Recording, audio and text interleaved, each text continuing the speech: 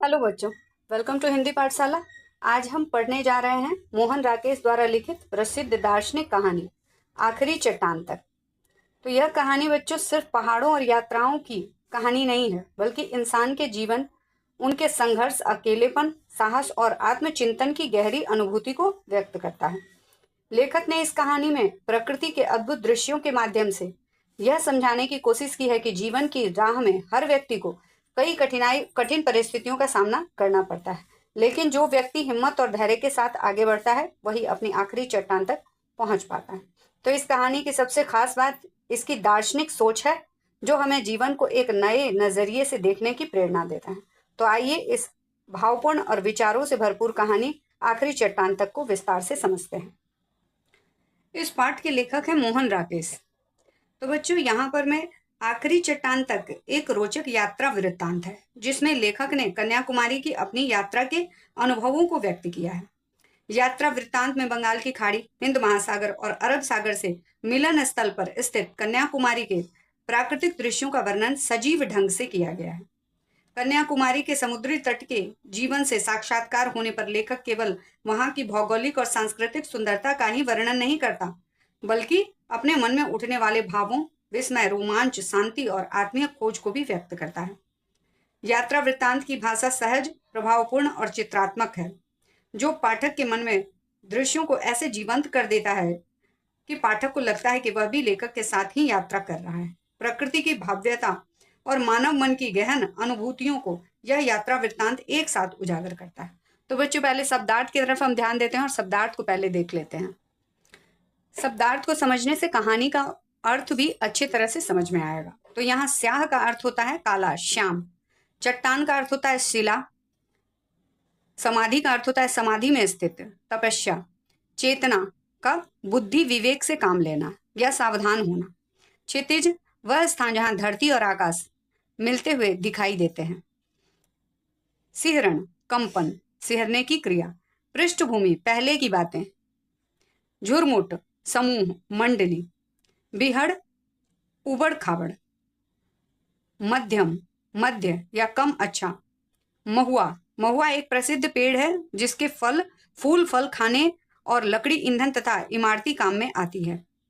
CP, क्या होती है सीपी? शंख, घोंगे आदि की जाति का एक जलचर प्राणी जो पानी में रहता है, जिसका शरीर किस्तीनुमा दोहरे खोल के भीतर छिपा होता है और जिसके समुद्र में पाए जाने वाले प्रकार के अंदर मोती पैदा होता है। कड़ा खोल, जिसके बटन आदि बनाए जाते हैं। ये सीप जो होता है वह समुद्री जगहों पर ही पाया जाता है और इसके अंदर मोती पाया जाता है, मोती होता है इसके अंदर। दार्शनिक मतलब दर्शन शास्त्र का जानकार। ओट, आड़ या रोक। अर्घ, पूजनीय, पूजा में देने योग्य वस्तु। कडल काक, पक्षियों की एक प्रजाति होती है। वाइना क्ल्यूलर माने दूरबीन। सैंड हिल, बालू का टीला। सुरमई, हल्का नीला। सिर धुनना, शोक, पश्चाताप। बेलौक माने खड़ा, दो टूक बात। तो आइए बच्चों, अब इस पाठ को स्टार्ट करते हैं। कन्याकुमारी सुनहरे सूर्योदय और सूर्यास्त की भूमि। कन्याकुमारी में सबसे अच्छा देखने के लिए क्या है? वहां का दृश्य सूर्योदय का दृश्य होता है और सूर्यास्त, जब सूर्य अस्त होता है और जब सूर्य उदय होता है। तो ये दोनों ही दृश्य वहां बहुत ही फेमस है, वहां पर देखने लोग जाते हैं कन्याकुमारी में इन दोनों दृश्यों को। केप होटल के आगे बने बाथ टैंक के बाईं तरफ समुद्र के अंदर में उभरी शाह चट्टानों में से एक पर खड़ा होकर मैं देर तक भारत के स्थल भाग की आखिरी चट्टान को देख रहा था। स्याह गहरी रंग की काली चट्टान के ऊपर खड़ा होकर लेखक क्या कह रहे हैं कि समुद्र के अंदर एक गहरे रंग के काली चट्टान के ऊपर खड़ा होकर वह क्या देख रहे थे? भारत के स्थल भाग की आखिरी चट्टान को देख रहा था। कि भारत का स्थल भाग मतलब जो स्थल भाग होता है उस पर खड़े होकर वह आखिरी चट्टान को देख रहे थे। पृष्ठभूमि में कन्याकुमारी के मंदिर की लाल और सफेद लकीरें चमक रही थी। वहां से कन्याकुमारी के मंदिर का जो रंग है लाल और उसमें जो सफेद रेखाएं हैं वह वहां से बहुत ही सुंदर दृश्य वहां का लग रहा था, और ये मंदिर का रंग चमक रहा था, और बहुत ही अच्छा वहां से यह दर्शन बहुत ही अच्छा लग रहा था। अरब सागर, हिंद महासागर, बंगाल की खाड़ी, इन तीनों के संगम स्थल की वह चट्टान जिस पर कभी स्वामी विवेकानंद ने समाधि लगाई थी, इसी इसी चट्टान पर स्वामी विवेकानंद ने समाधि लगाई थी। हर तरफ से पानी की मार सहती हुई स्वयं भी समाधिस्थ सी लग रही थी, और वह चट्टान क्या थी, समुद्र के बीच में थी। तो वहां पर पानी की लहरों से, लहरों की जो चोट थी वह लग लग कर, मतलब उसे जैसे लग रहा था कि ये तो कहानी जीवंत ढंग से लेखक ने बताई है, तो लग रहा था कि चट्टान पर लहरें ऐसे जोर मार रही हैं जैसे उसे हिला देंगी, लेकिन वह चट्टान कैसा था, समाधिस्थ, समाधि में स्थित, जैसे कोई व्यक्ति हो जो न हिल रहा हो न डोल रहा हो, तो वैसी उस चट्टान की स्थिति थी। हिंद महासागर की ऊंची ऊंची लहरें मेरे आसपास की स्याह चट्टानों से टकरा रही थी।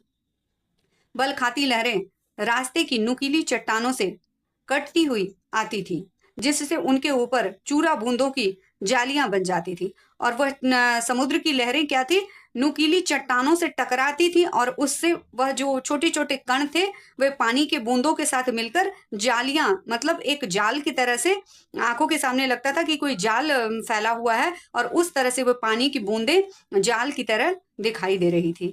मैं देख रहा था और अपनी पूरी चेतना से महसूस कर रहा था। लेखक कहते हैं कि मैं इस दृश्य को देख रहा था और उसे महसूस करने की कोशिश कर रहा था। शक्ति का विस्तार और विस्तार की शक्ति, मतलब यहाँ पर समुद्र कितना शक्तिशाली है और उसका विस्तार कितना ज्यादा है, वह कितना विस्तृत है, और उस विस्तार की शक्ति क्या देख रहा था लेखक, कि समुद्र में जो शक्ति है उसका कितना विस्तार है, और यह विस्तृत शक्ति विस्तृत समुद्र की शक्ति कितनी ज्यादा है, कितनी शक्तिशाली है यह समुद्र।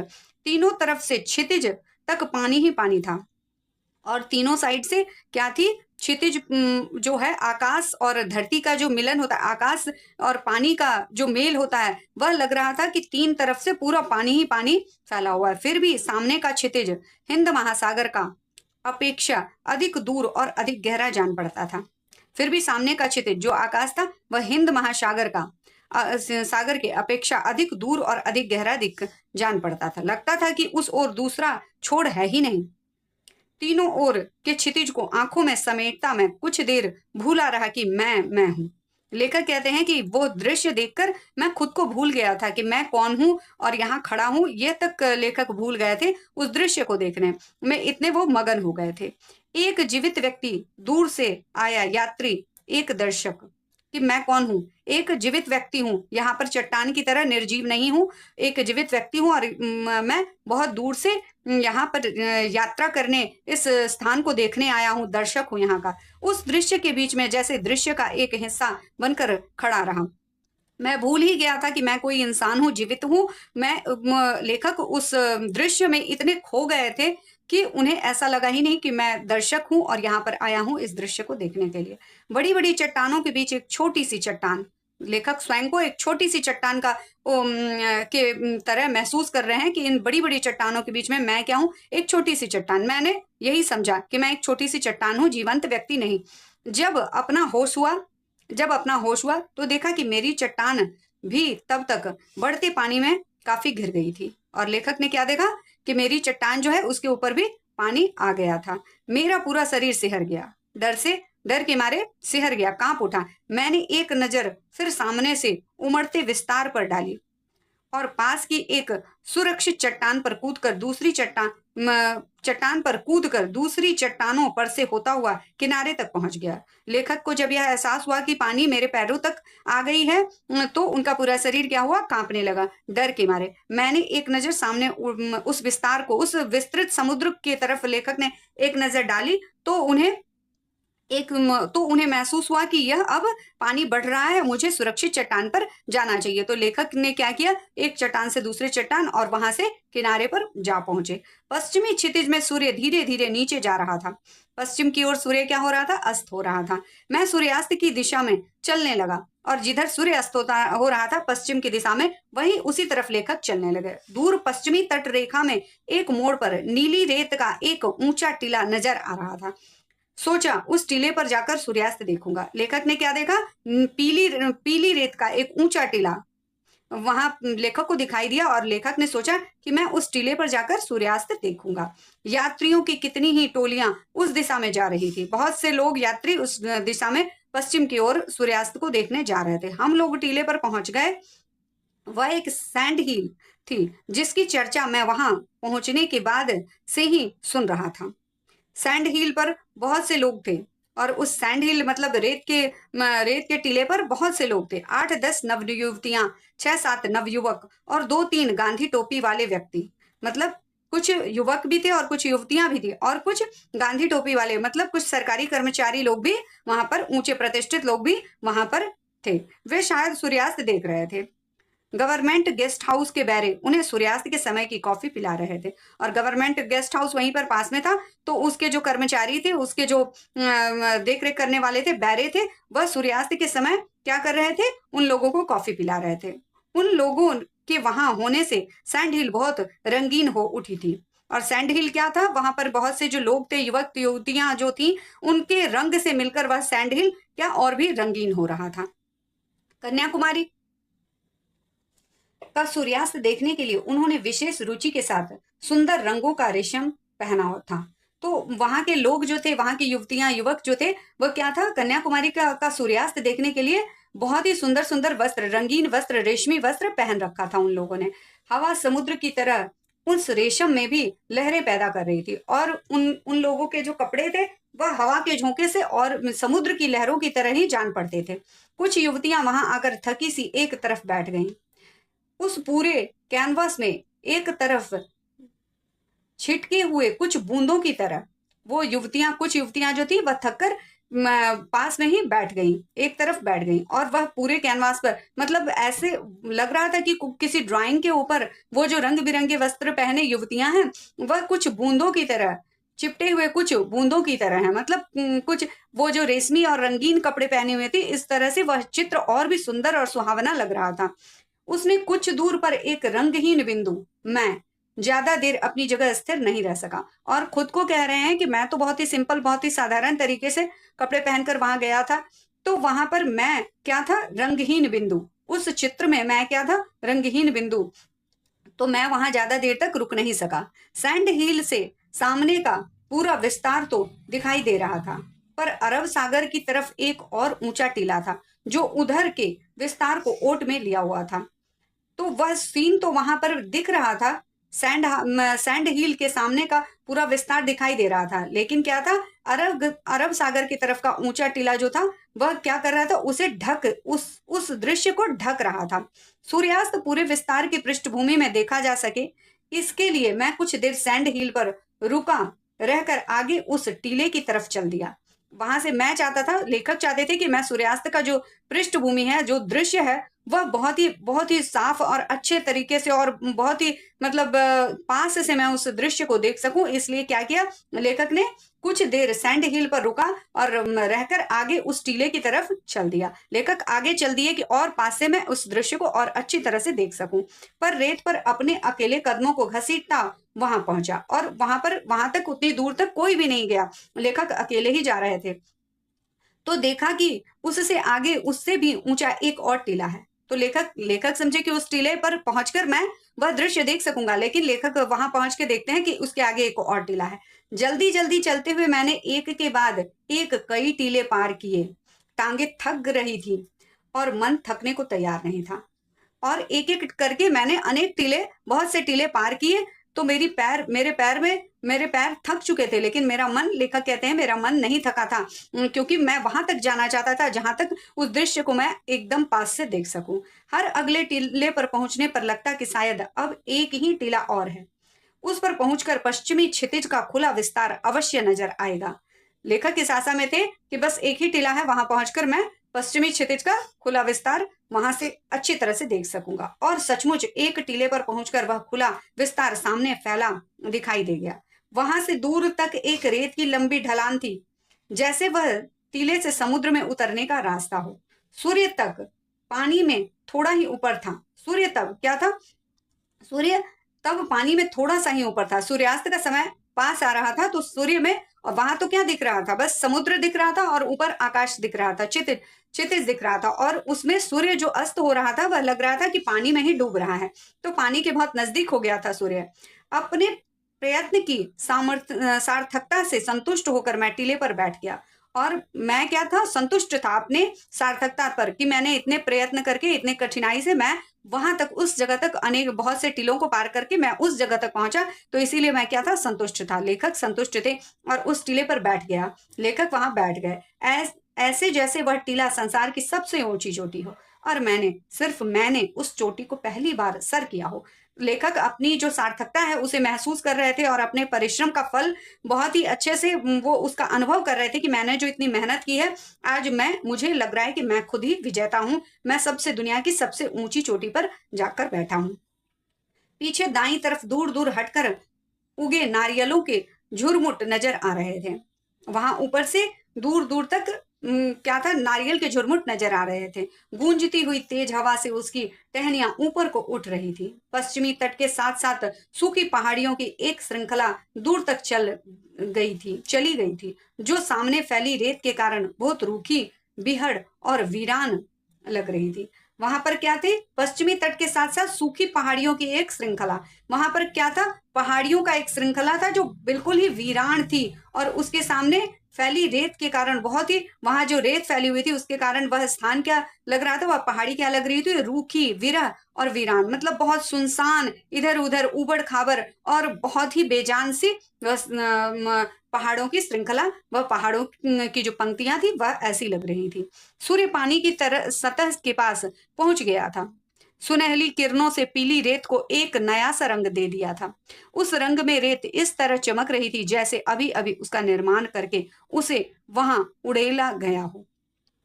वहां पर क्या था, सूर्य की किरणें जो थी वह पीली रेत पर पड़ रही थी और रेत का रंग भी क्या हो गया था, सूर्यास्त के समय जो आकाश का रंग होता है, सूरज का रंग होता है, वह लग रहा था कि उस रेत का भी वही रंग है। और रेत पीली हो गई थी और रेत क्या हो रही थी, चमक रही थी, अभी अभी जैसे उसका निर्माण किया गया हो, वहां पर अभी अभी उसे निर्माण करके वहां डाला गया हो, उड़ेला गया हो। मैंने उस रेत पर दूर तक बने अपने पैरों के निशानों को देखा। लगा जैसे रेत पहली बार उस निशानों से टूटा हो।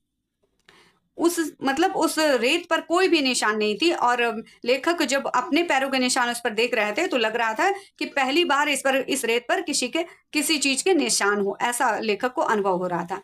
इससे मन में एक सिहर सी हुई, हल्की उदासी भी घिर आई।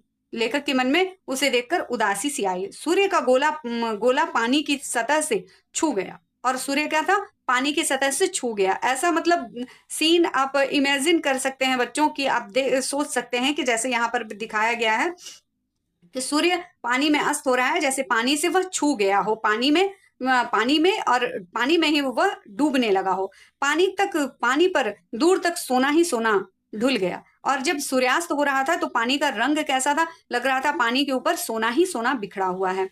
पर वह रंग इतनी जल्दी जल्दी बदल रहा था कि किसी भी क्षण के लिए उसे एक नाम दे सकना असंभव था। और वह रंग, क्योंकि सूर्यास्त हो रहा था, अंधेरा भी हो रहा था, तो आप देखेंगे कि शाम का जब समय होता है तो वो कुछ ही सेकंडों में, कुछ मिनट में ही उसका रंग बदलता जाता है। तो इसी तरह यहाँ पर लेखक उसी सीन का वर्णन कर रहे हैं कि उस सीन में जो है वह पानी का जो रंग है वह क्षण क्षण में क्या हो रहा था, बदल रहा था और उसे एक नाम देना संभव नहीं था। सूर्य का गोला जैसे एक बेबसी में पानी के लावे में डूबता जा रहा था। मतलब सूर्य जैसे बेबस हो रहा था, अनचाहे मन से सूर्य अपने आप को जबरदस्ती डुबो रहा था। धीरे धीरे वह पूरा डूब गया और कुछ क्षण पहले जहां सोना बह रहा था वहां अब लहू बहता नजर आने लगा। क्योंकि सूर्यास्त जब हो गया तो पानी का रंग, पहले जब सूर्यास्त होने वाला था तो पानी का रंग पीला था सोने की तरह, और अब क्या हुआ, जब सूरज पूरा ढल जाता है तो वह कैसा नारंगी रंग, एक ऑरेंज सा कलर बिखेरता है। उस समय आकाश का कलर थोड़ा ऑरेंज टाइप का होता है। तो वह यहाँ पर वर्णन कर रहे हैं, उस सीन को यहाँ पर लेखक वर्णन कर रहे हैं कि अब लहू सा नजर आने लगा। पानी का रंग क्या था, लहू, लाल जैसा, ऑरेंज जैसा नजर आ रहा था। कुछ और क्षण बिताने पर वह लहू भी धीरे धीरे बैजनी से काला पड़ गया। और फिर क्या हुआ, वह लहू उस लहू के रंग लाल से क्या हुआ, बैजनी बन गया और बैगनी से काला रंग बन गया, क्योंकि रात हो गई थी। मैंने फिर एक बार मुड़कर दाईं तरफ पीछे देख लिया। नारियल की टहनियां उसी तरह हवा में ऊपर उठ रही थी, हवा उसी तरह गूंज रही थी, पर पूरे दृश्य पट पर स्याही फैल गई थी। और फिर लेखक ने क्या देखा कि वह काला पड़ गया, पानी का रंग धीरे धीरे काला पड़ गया। फिर लेखक ने मुड़कर दाईं तरफ देखा कि नारियल की टहनियों की वह हवा से क्या हो रही थी, ऊपर उठ रही थी। नारियल की टहनियां हवा उसी तरह गूंज रही थी। हवा की जो आवाज, पानी के पास हवा का जो आवाज होता है वह गूंज रहा था, बहुत ही तेज आवाज थी, पर पूरे दृश्यपट पर स्याही फैल गई थी और पूरा जो दृश्यपट था वह काला काला हो गया था। स्याही मतलब पूरा नीला रंग का। जब रात तो हो जाती है तो जिस तरह से आकाश का रंग होता है उस तरह से लेखक के कहने का तात्पर्य है कि ये दृश्य, ये जो सीन था वह पूरा स्याही जैसा पूरा काला हो गया था। एक दूसरे से दूर खड़े झुरमुट स्याह पड़कर जैसे लगातार सिर धून रहे हों और हाथ पैर पटक रहे हों। और नारियल के पेड़ कैसे लग रहे थे, वहां पर लेखक कहते हैं कि नारियल के पेड़ ऐसे झुरमुट, नारियल के झुंड, पेड़ के जो झुंड के झुंड नारियल के पेड़ थे वह ऐसे लग रहे थे जैसे स्याह पड़ गए हों, पूरे काले पड़ गए हों और जैसे वह सिर धुन रहे हों। यह इस रात होने पर वो क्या हो गया, परेशान हो गए हों और अपना सिर धुन रहे हैं और हाथ पैर एक बच्चे की तरह हाथ पैर पटक रहे हैं। मैं अपनी जगह से उठ खड़ा हुआ और अपनी मुट्ठियां भींचता खोलता कभी उस तरफ और कभी समुद्र की तरफ देख रहा था। और लेखक क्या थे कि उठकर खड़े हो गए, यह समय हुआ और मुट्ठी खोलते और बंद करते। एक तरफ नारियल के पेड़ को देख रहे थे और दूसरी ओर समुद्र को देख रहे थे। तो बच्चों, इससे आगे का भाग पार्ट 2 में आएगा, तो उसके लिए पार्ट 2 जरूर देखें। Thank you.